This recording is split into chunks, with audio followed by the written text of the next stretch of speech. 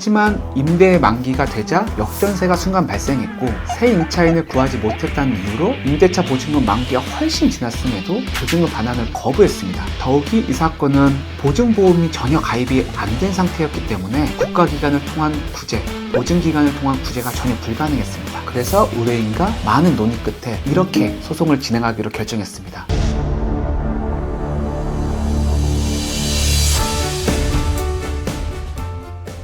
안녕하세요. 부동산 분쟁의 현장에서 진짜 이야기를 전하다. 부동산 전문 로펌의 대표 변호사 배준철 변호사입니다. 오늘은 실제 제가 맡았던 용인 오피스텔 전세 사기 사건을 통해서 우리 주변에서 너무나도 흔한 분쟁인 전세 사기의 전형적인 구조와 실제로 어떻게 보증금을 회수할 수 있는지에 대해서 말씀드리겠습니다. 특히 저는 단순히 소송에서 승소하는 건 아무런 의미가 없다고 생각하거든요. 돈을 실제로 받지 못하면 무슨 소용이 있겠습니까? 그래서 저는 어떻게 하면 의뢰인의 소중한 보증금을 실질적으로 그리고 전략적으로 돌려받을 수 있을지 고민을 정말 많이 했고 실제 이런 전략하에 전세보증금을 돌려받은 케이스에 대해서 말씀드리려고 합니다. 뉴스에서 전세 사기 설마 내일은 아니겠지? 하셨던 분들도 많으시죠? 그런데 지금 이 순간에도 누군가는 보증금을 돌려받지 못해 결혼도 이사도 미루고 있습니다. 이번 사건의 의뢰인은 30대 초반의 청년이었습니다. 이 청년 같은 경우에는 결혼을 앞두고 있었고 신혼집으로 들어가려는 친구였고 현재는 오피스텔에 거주하고 있었습니다. 이 오피스텔 거주할 때 임대인은 소규모 건설사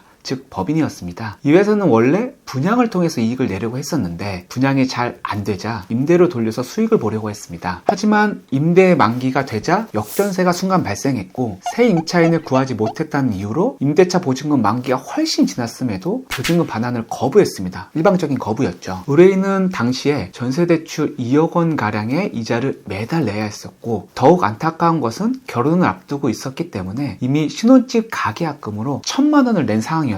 그 중에 600만 원은 보증금이 이쪽에서 반환이 안 되다 보니까 위약금으로 날아간 상태였습니다. 말 그대로 이중 피해를 본 상황이었습니다. 더욱이 이 사건은 보증보험이 전혀 가입이 안 된 상태였기 때문에 국가기관을 통한 구제, 보증기관을 통한 구제가 전혀 불가능했습니다. 그래서 오로지 법적 절차만을 통해 보증금을 회수해야 되는 그런 어려운 상황이었습니다. 저 같은 경우에는 시행사업이라든지 건설사업, 소송과 자문을 워낙 많이 진행했었습니다. 그렇기 때문에 시행사, 시공사가 어디가 약한지 명확히 알고 있었습니다. 그래서 의뢰인과 많은 논의 끝에 이렇게 소송을 진행하기로 결정했습니다. 저희는 일단 본안 소송을 제기하기 전에 그들의 약한 점을 찾아서 가압류를 단계별로 하자라는 전략을 세웠고요. 그 첫 번째 단계로 법인의 메인 계좌, 예를 들면 임대보증금이라든지 임대료라든지 관리비가 들어오는 현금이 흐르는 그 계좌를 가압류하기로 했습니다. 실제 저희가 가압류를 했음에도 불구하고 시행사가 그 계좌를 대표이사 개인 명의 계좌로 갑자기 바꿔서 다른 계좌로 수령하게 됐습니다. 사실 저희 같은 경우는 형사사건을 제기했었어도 됐었는데 저희의 목표는 그들을 괴롭히는 게 전혀 아니고 실제 돈을 받는 게 목표이기 때문에 다음 단계로 바로 넘어가기로 했습니다. 2단계로는 아직 분양이 되지 않은 미분양 건물을 찾아갔고 그 건물 자체가 법인 명의로 되어 있으면 그 법인 명의의 부동산 가압류를 진행했습니다. 세 번째 단계로 이게 가장 중요한 부분이긴 한데 보통 시행사 같은 경우는 미분양이 발생하면 이 미분양 건물을 담보로 은행에 대출을 받습니다. 그 경우에 담보신탁이라는 형태로 대출을 받기 때문에 이 시행사는 신탁사에 대해서 신탁 수익권을 가지게 되고 여기에 가압류를 알 수 있습니다. 대부분 변호사들이 모르는 부분이긴 한데 그래서 저희는 이 신탁 가압류를 진행했고 그 사실을 은행에 통지했습니다. 은행에 통지하는 게 굉장히 효과가 있거든요. 그래서 이 세 가지 조치를 통해 상대방은 사실상 움직일 수 없게 되었고 이미 저희는 소송에 들어가기 전에 즉 본안 소송에 들어가기 전에 협상 테이블에 상대방이 나올 수밖에 없는 구조를 만들었습니다. 그리고 나중에 실제로 소송을 제기했지만 실질적인 결과는 그 이전에 이미 확보한 셈이었습니다. 단적인 예로 저희가 보증금을 막 돌려달라고 했을 때는 상대방이 움직이지도 않고 연락도 안 받았습니다. 그런데 저희가 막상 이런 조치를 취하자 먼저 연락 좀 달라고 계속 연락이 왔습니다. 이와 같은 전세 사기의 가장 큰 특징은 돌려줄 의사도 능력도 없는 사람을 상대로 해야 된다는 겁니다. 그렇기 때문에 단순히 소송 제기만으로 회수가 어려울 수 있습니다. 핵심은 돈의 흐름을 먼저 묶는 것, 즉 가압류를 통해 상대방의 숨통을 조이는 전략이 굉장히 유효합니다. 그리고 아까 말씀드린 바와 같이 법인 임대인의 경우에는 회사의 현금 흐름이 흐르는 메인 통장, 미분양 자산, 마지막으로 가장 중요한 신탁 수익권을 가압류하는 것, 이 세 가지를 함께 묶어야 실제 효과가 발생합니다.